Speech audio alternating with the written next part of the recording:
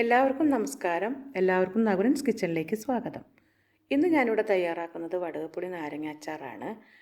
ഇതെനിക്ക് പറഞ്ഞു തന്നത് ഒരു സബ്സ്ക്രൈബറിൻ്റെ അമ്മച്ചിയാണ്, പേര് കുഞ്ഞുമോൾ എന്നാണ്.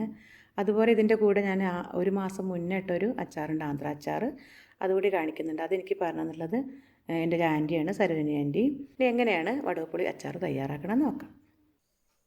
വടുകപ്പുളി ഞാനിവിടെ 2 എടുത്തിട്ടുണ്ട്. വലുതാണെങ്കിൽ 1 എടുത്താൽ മതി. കടുക് പൊട്ടിക്കാനായിട്ട് കടുക്, കുറച്ച് ഉലുവ, കറിവേപ്പില, പിന്നെ നല്ലെണ്ണയിലാണ് നമ്മൾ അച്ചാർ ഇടുന്നത്. അപ്പോൾ ആവശ്യത്തിന് നല്ലെണ്ണ എടുക്കണം. ഇഞ്ചി ചെറുതായിട്ട് അരിഞ്ഞത് 2 ടീസ്പൂൺ, വെളുത്തുള്ളി നീളത്തിൽ അരിഞ്ഞത് 3 ടീസ്പൂൺ, ഉപ്പ് ആവശ്യത്തിന്.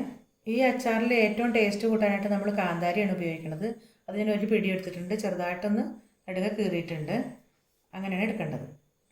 മഞ്ഞൾപ്പൊടി ആവശ്യത്തിന് എടുക്കാം, കുറച്ച് അധികം എടുക്കണം, കാരണം ഇത് വെള്ളാച്ചാർ എന്നല്ലേ പറയണത്, അപ്പോൾ കുറച്ച് അധികം എടുക്കണം.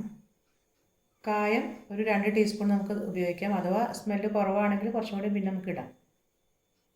ഉലുവപ്പൊടി 1 ടീസ്പൂൺ, ഒരു 1.5 ടീസ്പൂണൊക്കെ ഉപയോഗിക്കാം. ചുവന്ന മുളക് പൊടി ഒരു 1/4 ടീസ്പൂൺ ഉപയോഗിക്കുന്നുണ്ട്. ഇത് വെള്ളാച്ചാർ അതുകൊണ്ട് അധികം നമ്മൾ മുളക് പൊടി ഇടുന്നില്ല. നമ്മൾ ആദ്യമായിട്ട് ചെയ്യാൻ പോണത് ഈ വടുകപ്പുളി നാരങ്ങ തിളച്ച വെള്ളത്തിലിട്ട് ഒന്ന് തിരിച്ചു മറിച്ചിട്ട് എടുക്കാം. വാട്ടാനൊന്നും നിൽക്കരുത്, ഒരു 2-3 സെക്കൻഡ് കൊണ്ട് തിരിച്ചെടുക്കണം, ഒന്ന് വാടിയെടുക്കണം, അതിന് കയ്പ്പ് മാറാനാണ്. ഇതെടുത്തിട്ടുണ്ട്. ഒരു 3 സെക്കൻഡ് തിരിച്ചു മറിച്ചൊന്ന് തിളച്ച വെള്ളത്തിലിട്ട് എടുക്കണമെന്നേ ഉള്ളൂ. അതെടുത്തു, സ്റ്റവ് ഓഫ് ചെയ്തു. ഇനി നമ്മൾ ചെയ്യേണ്ടതെന്ന് വെച്ചാൽ അത് ചെറുതായിട്ട് നുറുക്കി വെക്കണം, ഒന്ന് ആറിയിട്ടുണ്ട്, ഉപ്പും പുരട്ടി ഇവിടെ വയ്ക്കുക. അപ്പോഴത്തേക്ക് നമുക്ക് മറ്റു ഇൻഗ്രീഡിയൻറ്റ് ഒന്ന് വാട്ടിയെടുക്കാം. നാരങ്ങ തണുപ്പായിട്ടുണ്ട്, ഒന്ന് ആറിയിട്ടുണ്ട്. അപ്പം നമ്മളൊന്ന് തോലോട് കൂടി തന്നെ നമുക്ക് മുറിക്കാം, ചെറുതാക്കി മുറിച്ചെടുക്കാം.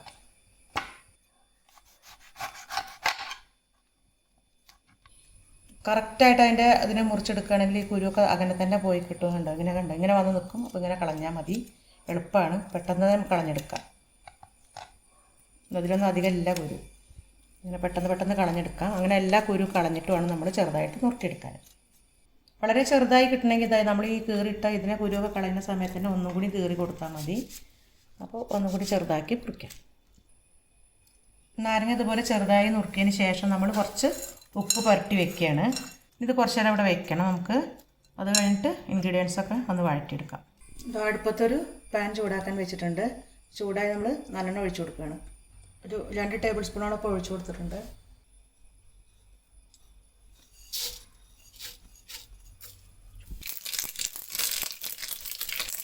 കടുക് പൊട്ടി കുറച്ച് ഉലുവ കൊടുത്തിട്ടുണ്ട്. പൊട്ടിക്കഴിഞ്ഞാൽ വെളുത്തുള്ളി,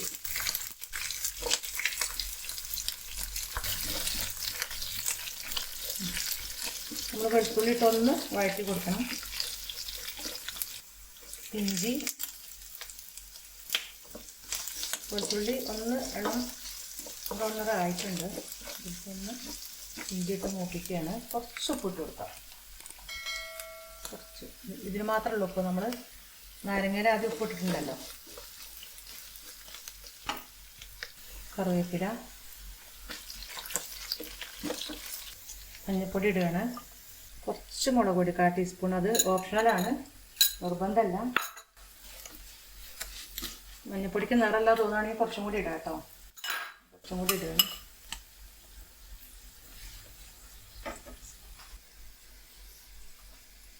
കാന്താരി ഇടുകയാണ്.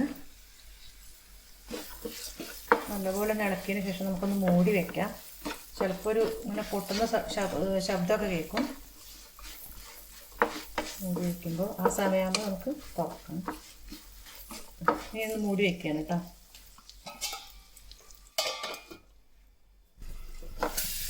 തുറന്ന് ഒന്ന് ഇളക്കി കൊടുക്കാം. അത് ചിലപ്പോൾ അങ്ങനെ പൊട്ടും, അതാണ് അതിൻ്റെ പാകം. തീ ഒന്ന് ക്രമീകരിച്ച് കൊടുക്കാം. കാന്താരിയിലേക്ക് നല്ല എരിവുള്ള പച്ചമുളക് വേണമെങ്കിൽ വരിഞ്ഞെടുക്കാം കേട്ടോ. ഇപ്പോൾ കാന്താരി ഉള്ളതുകൊണ്ട് ഇട്ടാൽ നല്ലപോലെ കാന്താരി ഇട്ടാൽ നല്ല ടേസ്റ്റാണ്. ഇപ്പം കാന്താരി ഒരു പൊട്ടലൊക്കെ വന്നിട്ടുണ്ടായിരുന്നു, അതായി പൊട്ടുന്ന സൗണ്ട് കേട്ടോ, അങ്ങനെ ഇടയ്ക്കിടയ്ക്ക് പൊട്ടുന്നുണ്ട്. അപ്പോൾ ആ സമയത്ത് നമുക്ക് കുറച്ച് വെള്ളം ഒഴിച്ചു കൊടുക്കാം.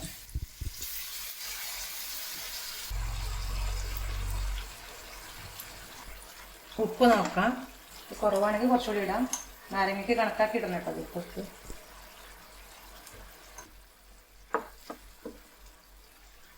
ഇതിൽ ചുവന്ന കാണുന്നത് ചുവന്ന കാന്താരിയാണ് കേട്ടോ. പച്ച കാന്താരി ആയാലും ചുവന്ന കാന്താരി ഒക്കെ നല്ല തന്നെയാണ്. അപ്പോൾ ഒരു കളർ നന്നായിട്ട് ഒരു കളർഫുള്ളാവാൻ വേണ്ടിയിട്ടാണ് അതും കൂടി ഇട്ടിട്ടുള്ളത്. തിളച്ചിട്ട് ഒന്ന് ഇതാകുമ്പോൾ നമ്മൾ കുറുകുമ്പോൾ ഒന്ന് ഓഫ് ചെയ്ത് വയ്ക്കുക. ഇത് ആറിയതിന് ശേഷം മാത്രമേ നമ്മൾ നാരങ്ങ അരിക്ക് ചേർക്കുന്നുള്ളൂ.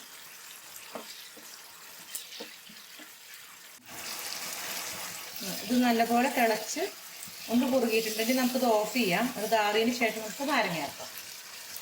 സ്റ്റവ് ഓഫ് ചെയ്യാണ്. നാരങ്ങ നല്ലപോലെ ചൂടൊക്കെ ആറി തണുത്തിരിക്കുകയാണ്. ഇനി നമുക്കിതിലേക്ക് ഈ വേവിച്ച് വെച്ചിരിക്കുന്ന മസാല ഇതിലേക്ക് ഇടാം. നല്ലപോലെ ആറിയതിന് ശേഷം ഇങ്ങനെ മിക്സ് ചെയ്യാവൂ. ഇനി ഇതിലേക്ക് പുളി കുറവാണെങ്കിൽ ഈ പാത്രത്തിൽ തന്നെ ഇതിൽ തന്നെ കുറച്ച് വിനാഗിരി ഒഴിച്ചിട്ട് അതോടുകൂടി ഇതിൽ ഒഴിച്ചാൽ മതി. ഞാൻ അപ്പം ഇത് അത്യാവശ്യം പുളി ഉള്ളതാണ് നാരങ്ങ. അപ്പം ഞാൻ ഇതിൽ വിനാഗിരി ഒഴിക്കണില്ല, ഓപ്ഷണലാണ്, വേണമെങ്കിൽ ഒഴിക്കാം കേട്ടോ. നാരങ്ങ ഒക്കെ മിക്സ് ചെയ്ത് വെച്ചിട്ടുണ്ട്. ഇനി നമുക്ക് അതിലേക്ക് ഉലുവപ്പൊടിയും കായം ചേർക്കാം. നല്ലപോലെ ആറിയതിന് ശേഷം ഇതൊക്കെ ചേർക്കാവൂ.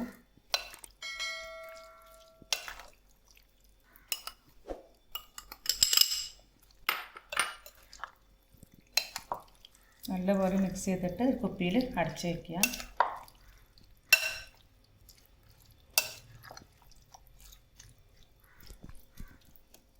ഇനി ഞാൻ വേറെ അച്ചാറും കൂടി കാണിക്കാൻ പോവുകയാണ്. ഇതിൻ്റെ റെസിപ്പി ഞാൻ ആദ്യം ഇട്ടതാണ്. ആന്ധ്ര മാങ്ങ അച്ചാർ ഇതാണത്. ഇത് വളരെ ടേസ്റ്റി ആണ്. ഇത് 1 മാസം മുന്നേ ഇട്ട് വെച്ചതാണ്. അപ്പം നല്ല ടേസ്റ്റി ആയിട്ടുള്ള ഒരു കൺസിസ്റ്റൻസിയാണ്. നല്ലൊരു ഇതിൽ വന്നിട്ടുണ്ട്. നിങ്ങളെല്ലാവരും ഇത് ട്രൈ ചെയ്യണം. ഇതിൻ്റെ ലിങ്ക് ഞാൻ ലൈക്ക് ബട്ടൻ്റെ ചുവടെ കൊടുത്തിട്ടുണ്ട്. എല്ലാവരും നോക്കണം. അപ്പം നമ്മുടെ നാരങ്ങാക്കറി റെഡി ആയിട്ടുണ്ട്. നാരങ്ങ അച്ചാർ, വടുകപ്പുളി അച്ചാർ എന്നൊക്കെ പറയും. ഇതെല്ലാവരും ട്രൈ ചെയ്യണം. കാന്താരി കിട്ടിയില്ലെങ്കിൽ നല്ല എരിവുള്ള പച്ചമുളക് ഉപയോഗിച്ചാൽ മതി. അപ്പോൾ ഇതെല്ലാവരും ട്രൈ ചെയ്യണം. ഈ വീഡിയോ നിങ്ങൾക്ക് എല്ലാവർക്കും ഇഷ്ടമായെങ്കിൽ ലൈക്ക് ചെയ്യാനും ഷെയർ ചെയ്യാനും കമൻറ്റ് ചെയ്യാനും ഒന്നും മറക്കരുത്. അടുത്തൊരു വീഡിയോ ആയിട്ട് വരുന്നവരേക്കും ബൈ.